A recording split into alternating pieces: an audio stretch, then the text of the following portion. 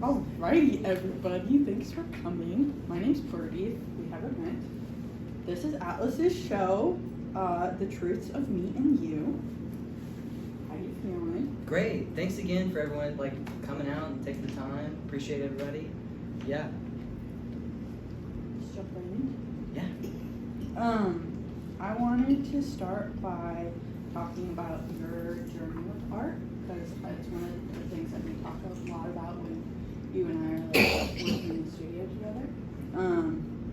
It's been very twisty and turny, and you've taken long pauses and gone back to it in various ways.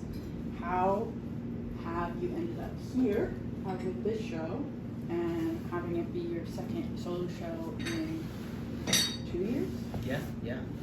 Yeah, so I grew up in East Tennessee, and I grew up in kind of a household where sports was more important than art.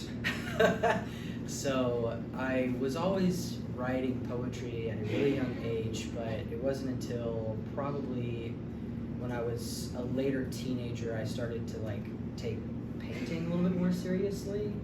And then I got kind of caught up in the Rainbow Gathering and traveling around and doing that whole bit. And it wasn't really until I got sober from drinking alcohol where I was like, I need something to work through all of the trauma, you know? And so that was in 2021, 22. I started painting pretty prolifically, and I had a solo show in Washington State last year, and that was kind of the conglomerate of all of my paintings from when I decided to stop drinking all the way up until that point. And I have a couple, this painting over here, Thinking Ahead, and then Shortstop, and then my Haunted Ghost were leftover paintings from that show. And yeah, I think with where I'm at with painting in general, because I use a lot of different mediums, it's a cathartic way for me to kind of create a character around something that I'm having a hard time going through. We've talked about this a lot. Oftentimes I'll have something that I'm trying to process, and for me it's just easier to create an entire character and think of it as a way of all these different aspects of my personality are welcomed at the table, therefore I don't push them down, you know.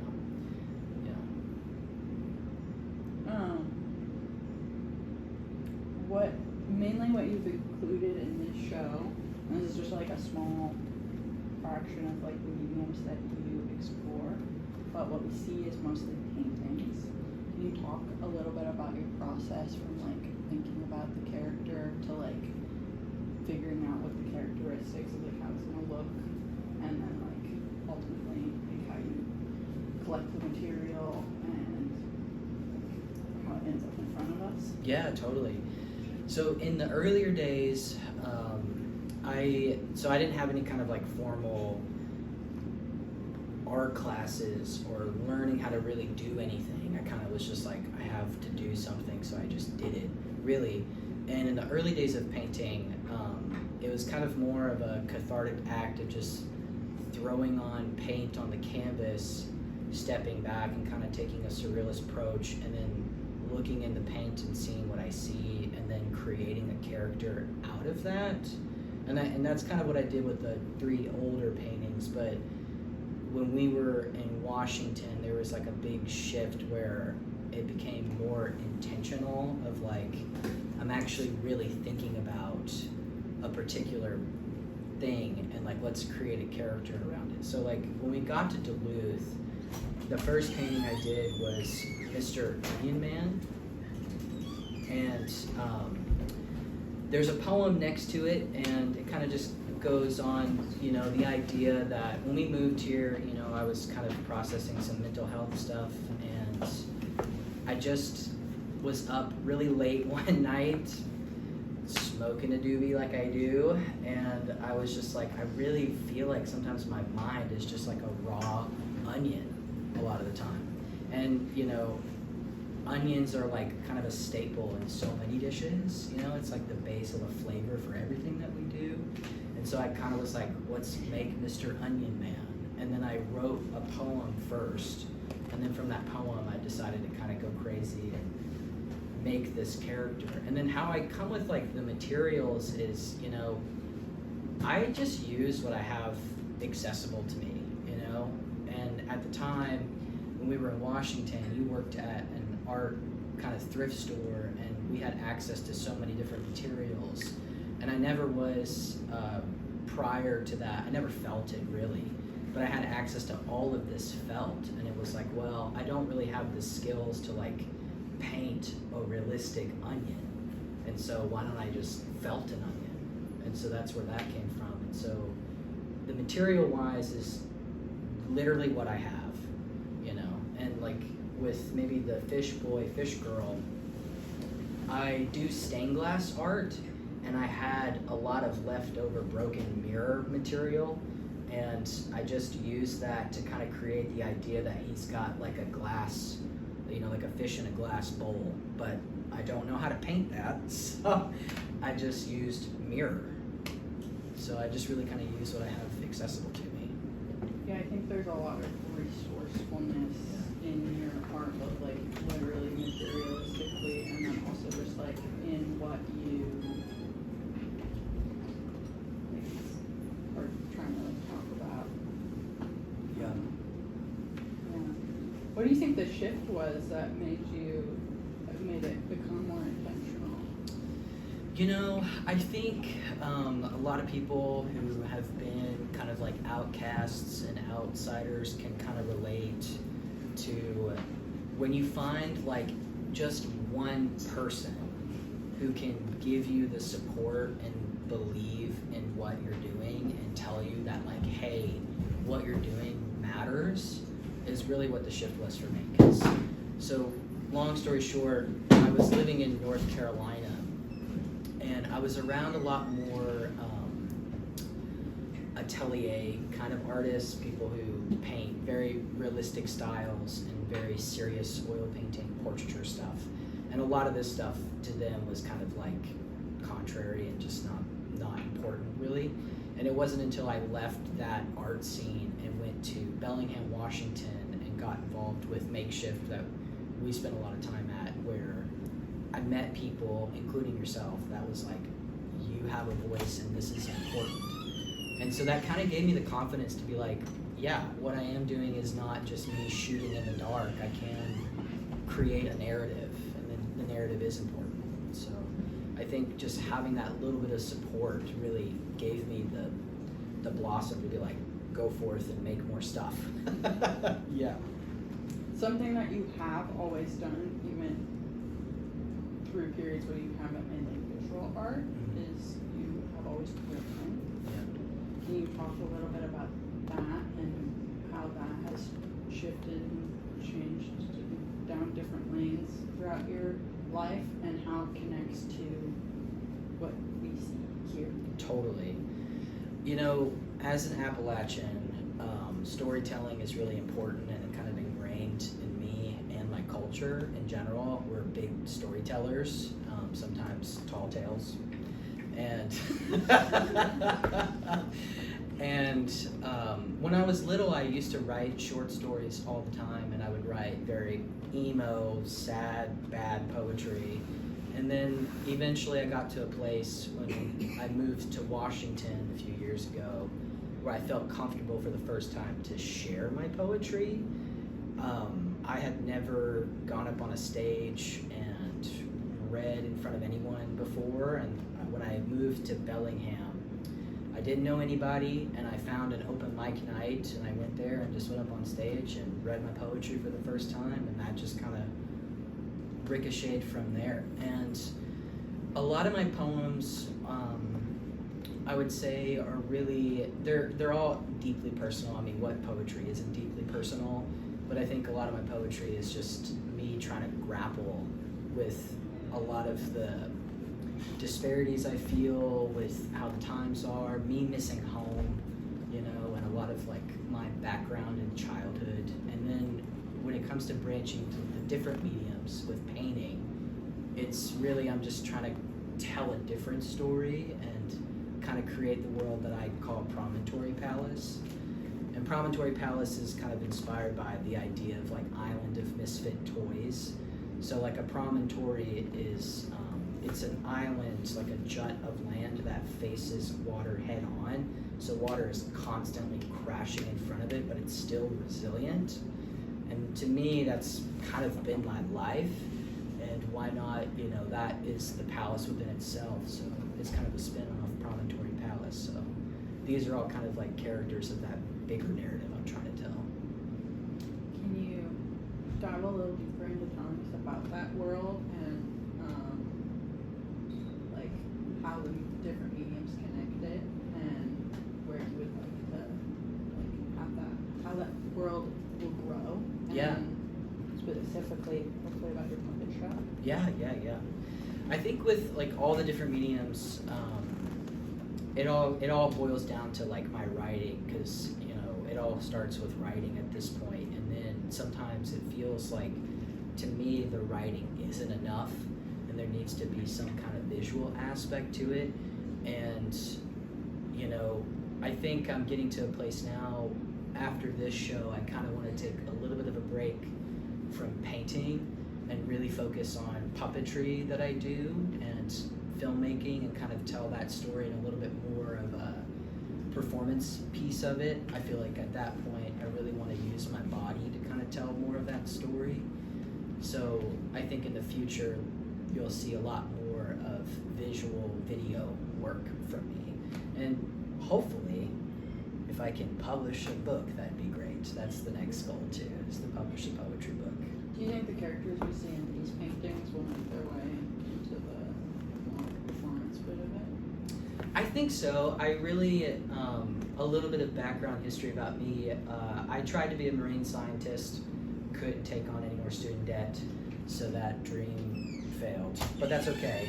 And I think doing more fish-related characters is kind of something I want to lean into, just because like being a trans person and the vitriol that we all face right now with the state of the world, I kind of want to show that like transness is not just in people, it's natural, it's in every species on planet Earth, especially with fish. They change their sex and their roles all the time. So I think maybe that puppet show will lean a little bit more into some underwater sea creatures eventually. Very cool.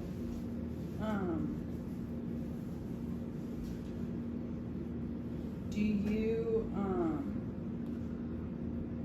if you had to, like, describe the, like, overarching theme, the stuff in this room, what do you think are the big notes that it hits on? Yeah, I think it's self-acceptance, really. I think a lot of times, you know, we all have different things about our personalities that like we don't like or have a hard time sitting with. And for me, I think this show, Truths of Me and You, is like those uglier bits that maybe you want to push away and hide.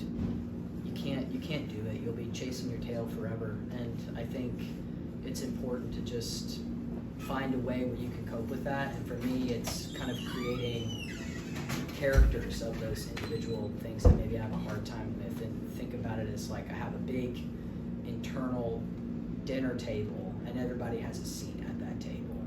So I think it's self-acceptance. I think that's something you've always done, is like sort of like externalize these characters to like process.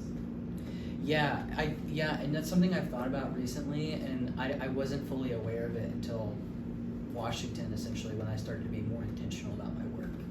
I think some of the earlier paintings I did, I really was just trying to find my voice, and now that I kind of found my voice, it's like, oh, I kind of was always doing that, I just wasn't fully aware. Is it cathartic, like putting these like really vulnerable characters out into the world and seeing how people can like relate to the sort of like their weirdness? Yeah, it definitely is, for sure. I think for me, it's like I don't know, almost kind of like a birthing experience. Like, okay, I got it out, you know, and like let it go forth and prosper in whatever ways, you know, it wants to. And if people want to buy my art. And they can have these characters with them, they can kind of create their own story with these characters that maybe is something entirely different than what I film, you know. It's really kind of this particular show and just like my paintings in general, when I decide to show them, it's like, I hope that people can kind of see certain parts of themselves and not feel like they have to neglect it, and that it is welcomed and there is a space for it, and they are whole, you know. All of these characters create a, you know, whole being. Yeah. Something that you and I talk about a lot that's hard for you is like the tediousness of like having an idea and then like step by step like that idea comes to fruition. Can you talk a little bit about that and like how that plays into your creative process, specifically with the paintings, since that's what we see, but with your art in general. Or like felted bricks. Yes. Yes. Because I will also say, for as much as like you get frustrated about like how long things take and like how complicated things can be to like achieve, you also tend to pick really complicated ways of achieving the thing that there could be like a skirt around, you know? Yes. Yeah, it's, I wish I could say I was an artist who enjoys the process. I'm very sad to say I don't. I don't. It just takes so long. Like, I mean, even like, it really does. And a lot of y'all have seen me at like the Queer Art Club, how long it took me to felt all of just these fruits and rotten vegetables alone. It takes so long. But I feel like it's this, I don't know, somewhat of this like masochistic discipline where like I'm like, gosh, I have the vision of like what I want it to look like, and since I see it done in my mind for so long, and I do choose mediums that take so long, I'm just really over it, you know? I'm really over it, and by the time the thing is done, I'm like, oh my god, I can't look at it. But eventually I find my way to like liking it again. But I typically don't like what I finish after I finish it for a good hot minute, and then I can kind of come back, and then I'm like, okay. Yeah. Is that why you were thinking maybe want to go more towards performance art? Because there's more of that immediate, like, word would be like Gratification. going to. Yeah, for sure. Dopamine rush. Yeah. Well, I think so too. Like, I feel like something that I kind of like struggle with, and you know this about me, is like I have like a sense of urgency with my art a lot of time, where I feel like I have to like get it done, or it's like never gonna get done. And I think you know, I don't want to get to a place where like I hate any particular medium, but with performance art it feels like I can kind of like take that weight off my shoulder that I put on myself of like, okay, let's like get that story out, get that painting done. With the puppetry and like the video work, it's more like, you know, I can get that done in like a week versus like a month, 2 months, you know? Yeah. Going back to like the poetry with the paintings, I mean, I know the answer to this, but like with these paintings specifically, did the writing come first, or did the painting and imagery come first? Yeah, some of them were kind of mixed match. With Mr. Onion Man, the poetry came first, and with Fish Boy, Fish Girl, the poetry came kind of first. Like, I wrote a rough idea, but I didn't finish the poem until after the painting was done. And then with Cain's Son came afterwards, and then King of Rotten Harvest came afterwards. What do you think it is that like sometimes have you noticed the reasoning behind like sometimes one comes first and sometimes the other comes first? Yeah, I think it's the visuals help me sometimes. Like, I think with like, say like Mr. Onion Man, that was like such a clear thought, and I had really kind of like got that poem down, and I felt like the poem was done. And sometimes when I feel like, okay, like the writing, I have it, like the thought is fully formed and the poem is done, then I can do the painting. But sometimes, like, say with like King of Rotten Harvest, I had the idea of like what I was trying to say, but the words weren't quite there. And I always kind of like have a Google Doc and I kind of scribble thoughts to kind of get it going. But like say with King of Rotten Harvest, it wasn't until like the painting was done that I looked at it and was like, this feels kind of like more like a chant kind of thing. So sometimes seeing the finished piece can help me with the words afterwards. But a lot of the times I would say that the poetry comes first before the painting. Yeah. That makes sense. Is there a particular painting that's shown here that you think is most reflective of like where your work is going? Yeah, I would say I feel like it's a really hard tie between Fish Boy Girl and probably King of Rotten Harvest. How come? Yeah, well, Fish Boy Girl is really a strong narrative, and I'm talking about transness in general, and a lot of like my puppetry work that I do explores like my trans identity, and that's kind of more of the shift that I'm going. With King of Rotten Harvest, I would say is kind of maybe more of probably the poetry book, and this is more kind of like something that I'm currently dealing with right now. The idea of this is, you know, in the way medieval times, even before that, they had Christian martyrs where they were buried with like crowns and jewels, with this idea that they could take their treasures to heaven after they died, because they, you know, died for this like noble cause. But like, what's the point of enjoying all those treasures when you're dead, right? And something that I struggle with, which you know, and some of you others, that I have a hard time with patience and enjoying the fruits of my labor. And so this idea that like I'm stuck in this great harvest basket of all of these wonderful things, and they're just rotting around me and then going back to the earth, you know, and not being fully present. And I think with the puppet show, it allows me to be fully present, you know. You've been out in the woods with me, helping me film.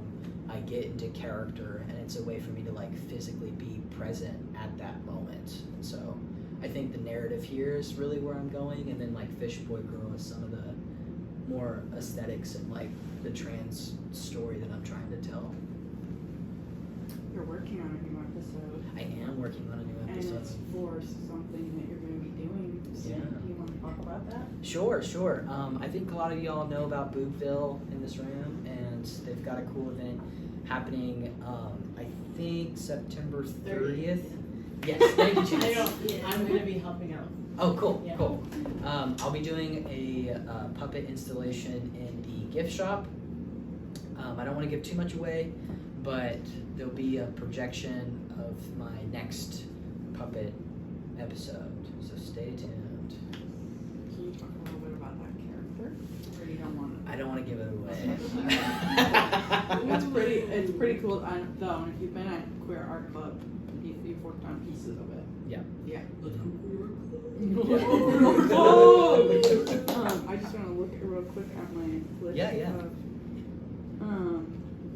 I think we touched on everything that I had written down. Does anybody have any questions for Atlas? Yeah.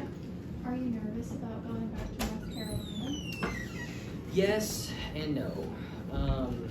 So me and Birdie will be moving back to the South. Yeah. Well, nervous obviously for the obvious reasons of like the political climate and that whole, you know, narrative for sure. No, because like that's my home, you know, that's where I'm from, and I have a pretty strong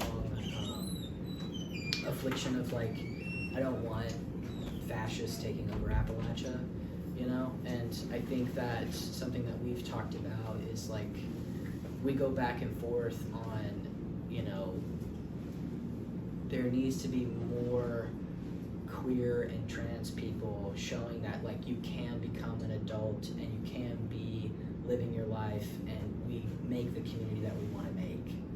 And so yes and no, you know. I think it'd be kind of naive if I wasn't nervous at all. Yeah. But to me, it's kind of important to kind of go back. That's where my heart's being called, and I have a wonderful wife who wants to go too. So. Well, I think it's also like it's just, I mean, I think obviously everybody's connected to where they're from, but in a really big way. It's Yeah. like part of who you are and part of your art. Yeah. Like that sort of contradiction of like who you have become and like some of the characteristics of the place you're from. I don't know, you sort of explore that a lot in your art.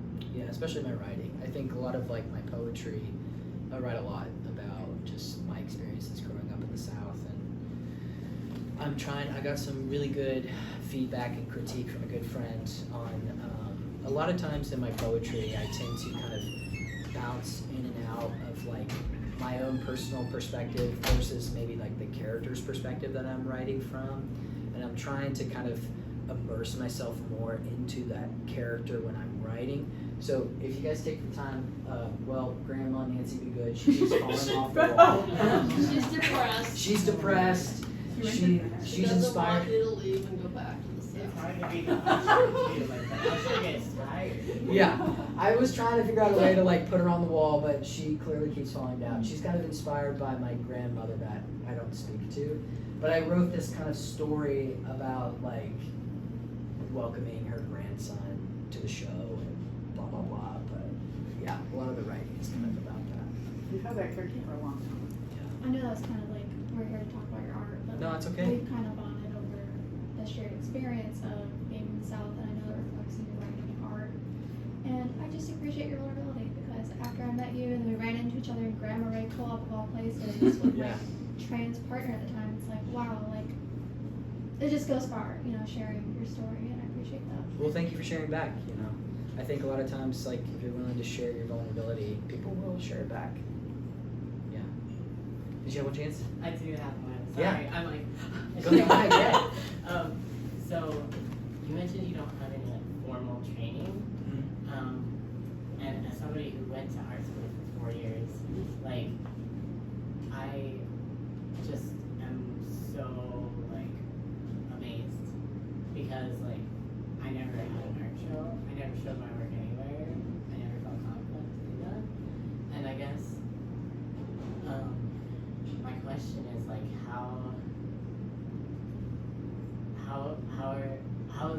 how did you get to that point of feeling confident enough to let your work on display? Yeah. Well, thank you for that question. I'm a spiteful son of a bitch, and I think for so long I felt like there wasn't space for me, and I just felt so mad that like nobody took me seriously. And I was in a relationship with a kind of a serious oil painter for a long time, and I always kind of felt like there was this weird undertone that like, oh, that's just Atlas who's doing his weird little stuff kind of thing.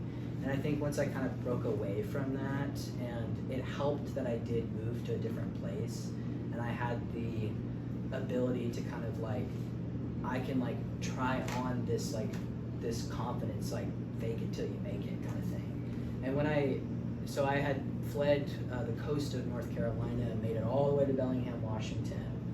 I looked up this incredible art gallery that we miss so much, Makeshift, and I just inserted myself, you know?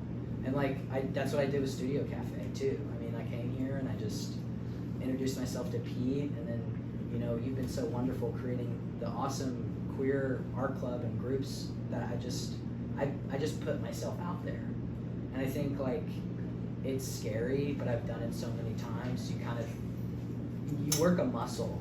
I've picked up and moved so many places by myself and didn't know anybody and started over so many times. It just, I don't have anything to lose, you know.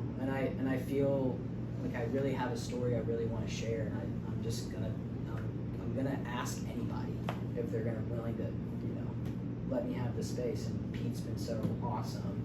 It was like, sure, pick them up. So I just asked. Yeah. You should do your show. Well, You should. I'm so honored. I don't want to make it about me though. I was just curious. Yeah. But And then going off of that, I guess, like, my shameless plug is that Queer Art Club collectively is having a show after years. You know? Yeah. And I mean, we would be honored to have one or two of your pieces still here if you want that. Yeah, I'd love to, yeah. Yeah. And just like, know that if you know, like, queer artists in your life, the first Friday of October, they can bring that work here. We're going to try to put all of it up. So, Cool. Yeah. but yeah, sorry. I No, didn't that's do, like, a okay. shameless plug for No, Queer Art. plug it. Plug It's it. important. Yeah. No, it's been really healing. I think we need more like spaces where we can kind of like, you know, obviously this is not technically a third space because you know there's things to buy, but there's not the air of like that you have to buy something. You know, people can just come here and hang out, and I think it's really cool, and we need more of that. So thank you for helping facilitate that. It's really important, and it's been crucial for me. Like when I was in Bellingham, Makeshift was that space for me. You know, finding those community spaces that say you can just show up, and I don't have shame, and I'm spiteful as hell. I was like, I really want a chance, and somebody finally gave me a chance. So. Thanks so much. Take up space. Thanks. Oh, yeah, Jess. I think it's really brave that you're planning on like embracing those roots and like doing that thing that's important to you. I'm excited to see the thing at Bluebell. I'm curious if the fish heads over here preceded or postceded your participation in Smell Fest. And if you could just talk about what you like about Oh, yeah. in general, I guess. Yeah. That's a really good question. That's a really good question. Yeah. I'm really embarrassed to say I don't remember. Did I finish that before Smell? You did because Okay. it was when we were in our apartment still. Okay, And so yeah, Pre-Smell Fest. pre-smell. Yeah. Which is so weird. I didn't even. I didn't even think about that. Yeah. Yeah. Because those are definitely Because you made like a cowboy head for Smell Fest. Well, that was already made, but I wore it. Okay. It was already finished. Yeah, no, I guess I finished that pre-smell, but like when I found out about Smell from the community all telling me like you need to know these people. Yeah. And once again, I inserted myself. Me and Birdie showed up and I was like, hey, I want to be a part of this. It's really. I mean, like is great. Atlas has many talents, but like, just like, I feel like it's saying like you have no shame. It maybe to me sounds like maybe negative because like I think that you are self-aware Sure, and like yeah. whatever, but your ability to self-advocate and like Believe in yourself. and like really just like take up the space that you deserve and you know make And that shit gives- happen is pretty impressive. Gives other people courage. It really does. It has, I mean, it's done wonders for me, and I think any space that you inhabit or town you go to or whatever, it really benefits for me, really. Thanks. Yeah. Appreciate that. And you know, I will say like, you know, I won't go into like my childhood much, but I will say that I got a lot of that spitefulness from my mother. She's like since long passed, but she was a very loud spitfire of a woman. She was like 5 foot, barely 100 pounds soaking wet, and was a biker babe. And she didn't take shit from anybody. And so I think, yeah, Mama Tammy, rest in peace, Mama Tammy. But I got a lot of her like, you take up the space and like you advocate for yourself. And I'd say I got a lot of that from my mom.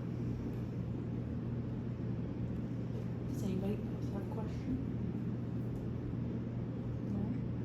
Do you have anything that you feel like we didn't touch on that you would like to share? No, I just really appreciate all y'all coming. This is like so overwhelming to me with the love and the support. So thank you for taking the time. I really value it. And if y'all feel like sharing your thoughts, if anything comes to you with the art, feel free to talk to me. You know, and I'm always open to collaboration too with like poetry and film stuff. So if anybody wants to do some weird puppet stuff, please hit me up. What is the final month you are here in Duluth so we can take you up on the collaborative invite? Yeah, sorry, I have to. You're burning your eyes for me. Yes. You can see my heart break. January. I know. It's Those probably, little yeah. pieces. Well, I mean, it's, it's all a little bit, like, depends on things, but probably December. Probably the end of Okay. December, beginning of January. Yeah, yeah. Oh, because Nan wanted you to do a collaborative show with her at Woosos in the month of February. Really? I didn't know that. She just told me today. Oh. I'll talk to her about it. Yeah. I'll talk to her about it. But yeah, probably into December, January. Okay. Yeah. And then we'll start the aforementioned pipeline of artists that are going Yes. to Yes. Well, so like the long-term goal for Birdie and I is we are looking in. So like I've spent a lot of time in Western North Carolina. That's kind of like where I became an adult, and we're looking in kind of like the Marshall, Mars Hill, Hot Springs kind of area, and we want to get a little piece of land, 3 to 5 acres, and for it to be like a place where people can come gather. Yeah, big Yeah. Yeah, like art residency, but like without all the obstacles. Yeah, without all the obstacles and the contrary bureaucratic stuff, So that'll be the long-term goal in the future. So stay tuned for that. But that's like the big goal. I have another question. Yeah. Sorry. So last night, for no reason in particular, Jenny and I were talking about what we were doing now in Germany. Okay. And I'm giving you some background Can't to this imagine question. why. Yeah. And I'm just thinking about how you're moving back where you're from. And all the complexities of that. Not saying, I mean, it's everywhere. Like, not saying Minnesota is somehow better or Yeah. safer. Obviously, we're not. But, like, what inspires you to stay? And what inspires you? Because I am feeling such a sense of fleeing and, like, fear. Yeah. I will say it's not. I feel very strongly it's not my place to tell anybody what they should do with agency of safety in their body and what they feel is comfortable for them. I personally feel like we've talked about this at length, kind of going back and forth. I feel like a bigger part of that conversation is that if all the good people leave, then what's left here, And then like the people who are able to leave typically are people who are like able-bodied, have money of some sort, usually are white folks, and then that leaves the most vulnerable, the disabled, people of color, low-income folks who are stuck here without support. And I think that, I have had the privilege to travel around this whole country. I've lived on the West Coast, I've lived in the South, I've lived on the East Coast, and now the Midwest. And I can tell you that this fascist shit is everywhere. It's not concentrated in one spot. It is everywhere. And there are these wonderful little pockets, and I think that the more that we have good people in those pockets and reach out to some of the people who are in the rural communities and let them know they aren't alone, all better. But that's just like my personal, affliction, and that's something that I grapple with. And like I said, I don't want to be naive or not tell you the truth that I ain't scared. I am scared to a degree, for sure, and it's different. Like, I don't have just me to worry about. I have my wife to worry about too, and I don't want to put us in a situation where she's at risk as well.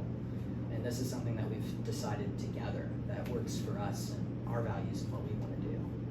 Well, and also it's not without like a lot of, we sort of hype each other up. Yeah. Like for as confident as you are, you do like have moments where you're Oh, like, yeah. you're like I'm scared. Yeah, for Yeah, sure. for I don't want to go too much into it because it's hard for me to talk about. But I've had my own personal experience dealing with Nazis firsthand, and being the only trans adult in the room, and I know what that's like. And I guess, like I said, I'm spiteful as hell, and I'm not gonna let it kick me down,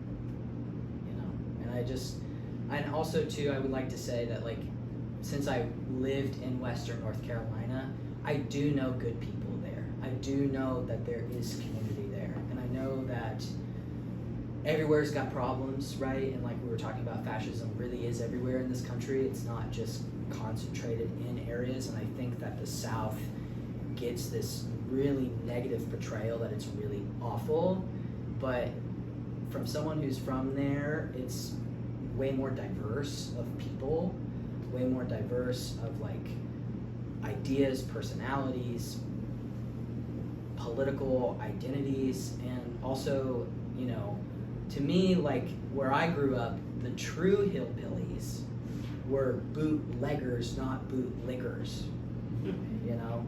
And so true hillbillies where I grew up, they cared about their neighbor.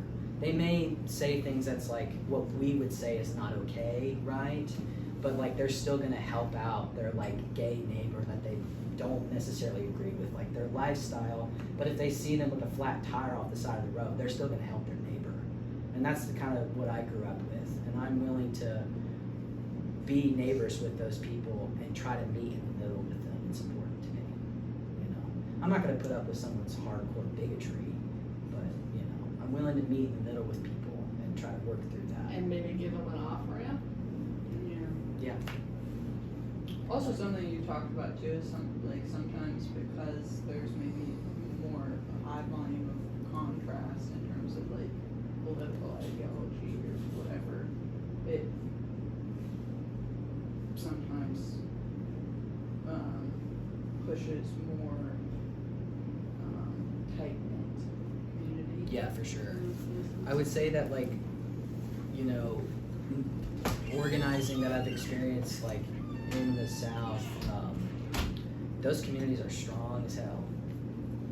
They especially, like, I'm sure people have heard about, you know, Hurricane Helene and the catastrophic, horrible events that occurred from that, and people losing their homes and their lives and stuff, and like the communities really pulled together before the governments even came in to help them, you know, and they took it in their own hands to like rebuild before any kind of government assistance came in to give them any kind of, you know, help and healthcare and stuff, you know. I hope that answers your question. I feel like I've gotten very long-winded. No, it's inspiring. That's my main takeaway. Like, I wish I didn't have such a flight instinct, you know?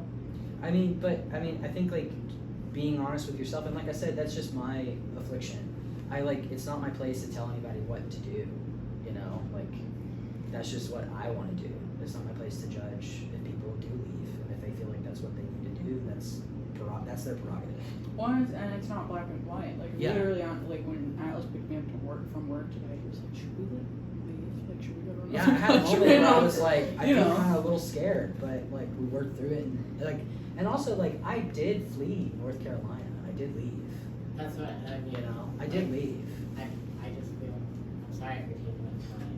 I No. just, but like, I just feel so connected to that story because it's like, it mirrors my own in a lot of ways. Yeah. But the difference is for me is I would never in a million years go back to my own. Like I can't. And that's perfectly okay. You know? Yeah. And I just, it's hard though because I'm like, I can't reconcile them. You know, like I miss my hometown. I miss my home. I think a lot of trans people can relate to that, and that's a lot of my work. You know, like I'm from East Tennessee. I'm from Knoxville, and I'm not going back to Knoxville. You know, so I'm not going back to like my actual hometown, but I'm going back to the region that's home to me. You know, so like I said, there's nuance. It's not black and white. Yeah. I would never go back to North Carolina because that's where I'm from. But I'm so happy that someone is, because there are a lot of weird people there that there is some community and they could be stronger. But With you, they'll be stronger. yes. Thanks. I appreciate y'all. I'll miss all of y'all for sure. thank you everybody for coming. Yeah. Was that it? No more questions? We all. Can I take a picture of you? Of course. Like,